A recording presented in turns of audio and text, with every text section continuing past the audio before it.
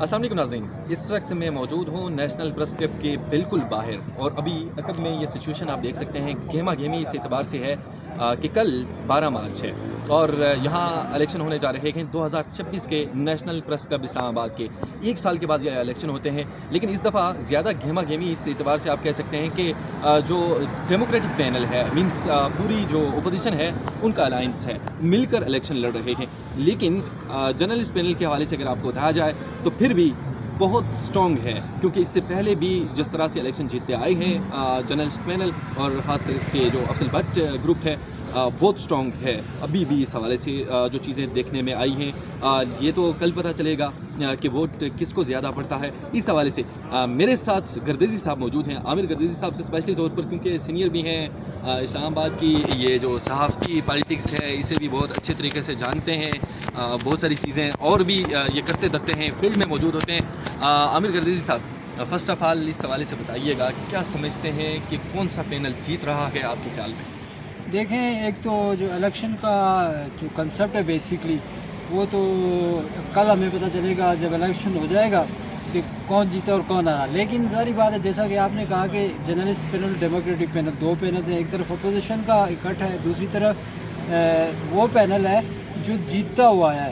अब उनकी जीत की जो माजी है, जीत का जो माजी तसलसल है, अब अगर उसको देखा जाए तो हम ये कभी उम्मीद लगा सकते हैं कि वो अच्छे मार्जिन से उनके लोग। दूसरा उसका क्या रीज़न है, जर्नलिस्ट पैनल में मोस्टली जो लोग हैं, एक तो वो सीजनल पॉलिटिक्स नहीं करते। हाँ सही, वो सीजनल पॉलिटिक्स नहीं कर रहे, बल्कि वो ग्राउंड में मौजूद होते हैं। वो प्रॉपर उनका काम ही पॉलिटिक्स करना है। जो पॉलिटिक्स लोग कर रहे हैं या उनकी जो ऊपर टॉप की मैनेजमेंट है या अफसल भट्ट साहब हैं, जितने भी लोग हैं, तो उनका प्रोफेशनली उनकी जो पूरी टीम है वो फील्ड में मौजूद रहते हैं, चीज़ों को देखते हैं।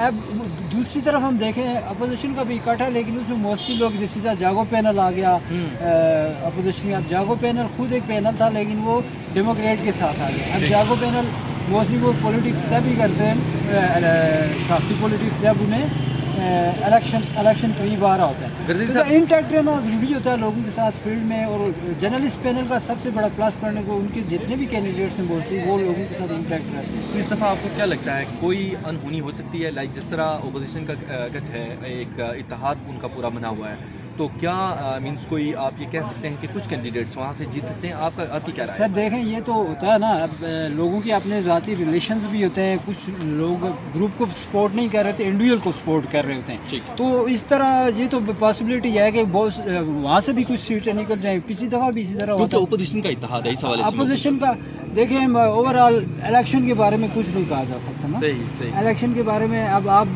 ओवरऑल इलेक्शन जहाँ कहीं भी हो रहे हैं, वो हमारे मुल्क में वैसे भी आपको पता है फॉर्म 47, 45 भी चलता है। अब देखेंगे यहाँ पे कोई फॉर्म 47, 45 वाला सीन कोई जितना बेहतर चला सका, तो वो ये सीन यहाँ पे भी ऑन है। सीन देखें, सीन कुछ भी हो सकता है, पॉसिबिलिटीज सारी होती हैं। सारी बात देखें, अभी अमेरिका ईरान में मार खा रहा है, सारा कुछ हो रहा है, लेकिन वो सुपर पावर है। वो उसने तो यहाँ पे ये सुपर पावर वाली गेम चल सकती है। ये सुपर पावर वाली गेम, सुपर पावर कुछ भी कर सकती है। अब जो 6 दफ़ा जीते हुए इलेक्शन कंटिन्यू जीते हुए आ रहे, तो आप ये समझें कि वो एक सुपर पावर है।